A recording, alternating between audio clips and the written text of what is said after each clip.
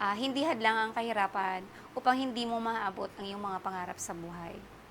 At hindi rin basihan ang karangyaan o mga material na bagay para masasabi mong successful ka.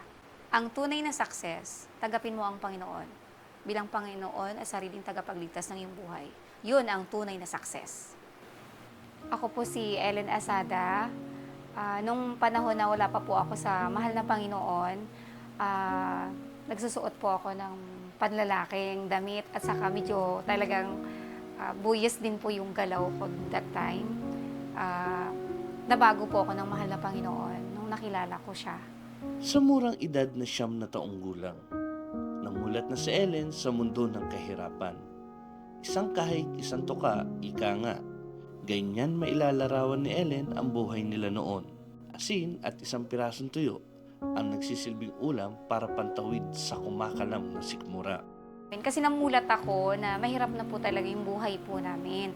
Kasi yung magulang ko, yun nga, yung asin, sinusunog lang para maging ulam.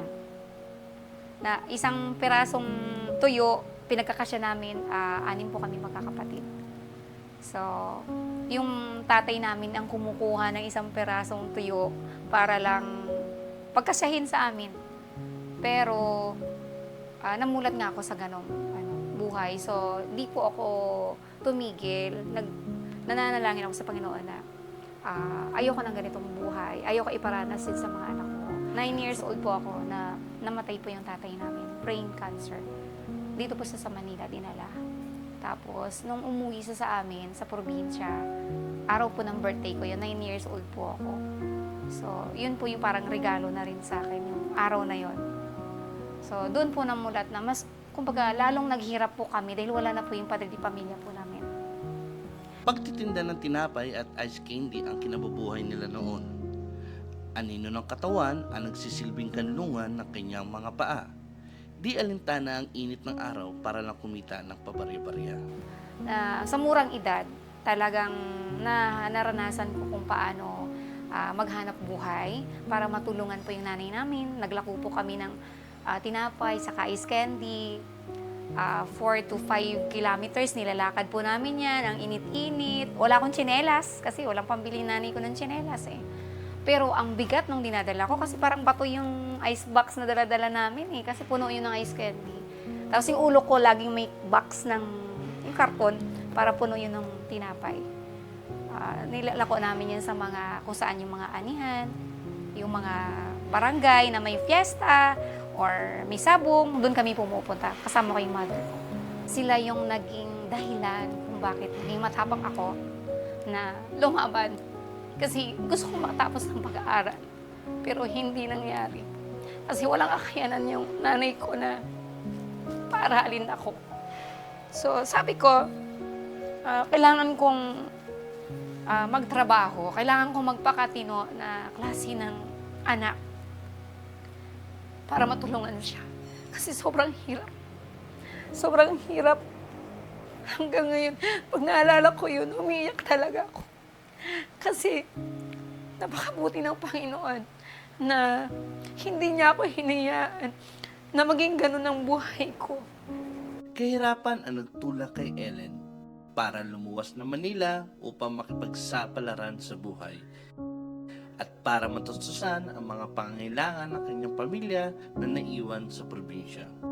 Itong araw na to nag-graduate po ako. Kinabukasan po, balik na ng ate ko sa Manila. Sumama po ako kasi sabi ko magsa-summer job lang po ako para pagdating ng pasukan, may pambili po ako ng materialis ko sa school. Nung nandito na po ako, alam ko kung gaano kahirap yung buhay sa probinsya na iniwanan ko. At yung mga kapatid ko na, yun nga po naranasan po namin na kamuting kahoy lang yung aming lunch. Yung pinakuluan sa asin, yung labong, yun yung aming ulam. At yun, may tuyo. Pasalamat, masaya-masaya na po kami pag may tuyo noon eh. Kasi talagang madalas asin po yung ang ulam namin eh. Dahil wala na po yung tatay namin. Nung nagbakasyon yung ate ko, talagang andun na yung pagkakataon ko na sumama sa ate ko. Sabi ko magsa-summer job ako sa Manila. After 2 months, uuwi ako para may pambili ako ng gamit. So, nung nandito na ako, parang mas nakakatulong na ako sa nanay ko kasi ina-advance ko na yung sahod ko para ipadala sa kanila.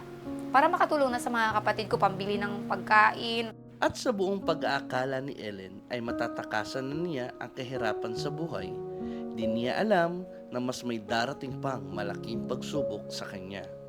Yun ay ang pagpanaw ng kanyang pinakamamahal na ama. Yung nawala yung tatay namin. Kasi yung tatay ko talagang sobrang mahal niya kami. Nung nawala siya, parang, alam mo yun, yung nanay ko parang nanghina na parang nawala na rin siya ng pag-asa. Paano niya ba kami erase up? Kasi, kami, 6 po kami plus yung binubuntis po niya. So, nakita ko yung paghihirap ng nanay ko. Yun yung nagbigay sa akin ng kumbaga, lakas ng loob na lumaban sa buhay. Kailangan ako ng nanay ko. Hindi ako po pwedeng tumigil. Kailangan ko magtrabaho. Kailangan ko siyang tulungan yung mga kapatid ko. Yun yung pinaka-puhunan ko, yung family ko talaga. Alam ko na magiging proud yung tatay ko sa akin. Kung ano man yung narating ko. Kasi lahat ng sinabi niya sa akin, ginawa ko. Sinabi niya sa akin, anak, kahit hindi ka makapag-aral, hindi ka makatapos ng pag-aaral mo. Tandaan mo lahat ng mga sinasabi ko sa'yo. Kailangan maging mabuting tao ka. Kahit saan ka pupunta, gugustuhin ka ng tao. Kailangan na maging masipag ka at maging mabuting tao ka. Hindi ka dapat gumawa ng masama sa kapwa mo. Yun ang hindi ko makalimutan na sinabi sa akin. Kahit hindi ka makatapos ng pag-aaral, basta naging mabuting tao ka, kahit saan ka pupunta, gaganda ang buhay mo. Yun po yung naalala ko sa tatay ko. Si Dennis ang masugid na manliligaw ni Ellen at siya din ang magsisilbing tulay para makilala ni Ellen ang mahal na Panginoong Sus. Di nagtagal, naging kabiyak na rin ng kanyang buhay. Nakilala ko po ang ating banal na gawain sa pamamagitan ng manliligaw ko at asawa ko na po siya ngayon. Si Dennis Asada, siya po yung year 2000 na kilala ko po siya. At yun nga po, in-invite po niya ako sa Amoranto Sport Complex. Nung time na yon, excited ako na sumama sa kanya. Kasi kilala na siya ng aking mga magulang, kilala ko na rin yung mga magulang niya at mga kapatid. Ako si Dennis Asada. Ayun, sinama ko po sa Amoranto. At nagustuhan naman po niya yung ori ng pagsamba doon. Kanya po, nung sumama sa akin, namangarin po siya dahil kinalakihan niya po, Catholic. Alam niya na iba yon.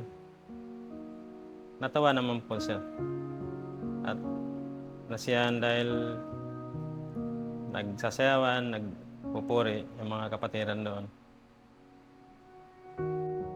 Kaya sabi ko, mas maganda, hindi lang ngayon ang pagdalo natin. May mga panahon pa na kung gusto mong sumama, sabihin mo lang sa akin. So dumating sa point na in-invite niya ako. Sumama po ako sa kanya. Nung time na naniligaw pa lang siya, nagpaalam siya sa nanay ko na manliligaw siya sa akin kasi sinabi niya sa akin na baka may magalit. The next day, nagsabi na sa akin ng nararamdaman niya. Sabi niya, sorry pero may sasabihin ako sa'yo, huwag kang magagalit. Sabi ko, bakit? Bakit ako magagalit? Sabi niya, basta mag-promise ka sa akin na hindi ka magagalit at hindi mo ko lalayuan. Sabi ko, bakit? Kung masama yan, siyempre magagalit ako. Pero pag hindi yan masama, hindi ako magagalit. Sabi niya, mag-promise ka muna na huwag kang magagalit. Sabi ko, sige, mag-promise na ako. Basta hindi yan masama. Sabi niya, oo, hindi ito masama. So, inamin niya na, born again Christian po kasi ako. At sorry kung nilihim ko sa'yo. Sumama ako sa'yo doon sa, pero kontra sa kalooban ko, sabi niya. Siyempre, parang wala na siyang magawa dahil nagpaalam sa nanay ko, pero hindi natupad yung gusto niyang puntahan. Yung gusto kong puntahan, yung nasunod niya. So, yun yung nangyari po sa amin. In-invite din niya ako, dahil nga siyempre na-invite niya ako na-invite ko siya, in-invite niya ako sa Amoranto. So, pag papasok pa lang kami ng gate ng Amoranto, ang ingay, yung alam mo yung masaya, ganyan. Sabi ko, ano mayroon dyan? At ang mga tao, lahat doon papunta. Sabi ko, anong mayroon sa loob? So, excited ako na makaakit doon at makapasok doon. Pagdating ko doon, alam mo yung sumasalubong sa akin yung, siyempre, mahangin doon sumasalubong sa akin yung malamig na hangin. At saka kakaiba yung feeling na, alam mo yun, hindi ko yun makalimutan Yung pag-akit namin doon, kita ko lahat, mahaba ang suot ng mga babae. Talagang nandun yung kabanalan. Nahiya ako sa sarili ko na tinitingnan ko yung sarili ko na bakit ako ganito? Diba? So, nandun yung tanong, ano mayroon dito at ano mayroon sa amin? Diba? May Diyos din naman ako Diba? Pero bakit na iba sila? So yun, sinapin niya yung dyaryo, nadadala namin. Sabi ko, dito na talaga tayo upo. Sabi niya, oo, dito talaga. Ganun talaga yan. Sabi na to. So umupo kami doon at nakinig. So doon pa lang, ramdam ko na yung pagkakaiba. Doon nagsimula na may ganitong gawain pala. Hindi pala doon ako namulat sa dati kong pagka nag-church ako, parang isang saglit lang, balik naman ako. Pag in-invite ako na mag-inom, inom ako. Basta yung mga gawain na makamundong gawain, talagang nagagawa ko pa noon. Pero, hindi ako nagpatuloy doon. Hindi hinayaan ng Panginoon na mangyari sa akin yun. Talagang ginamit ang beloved ko para alisin ako.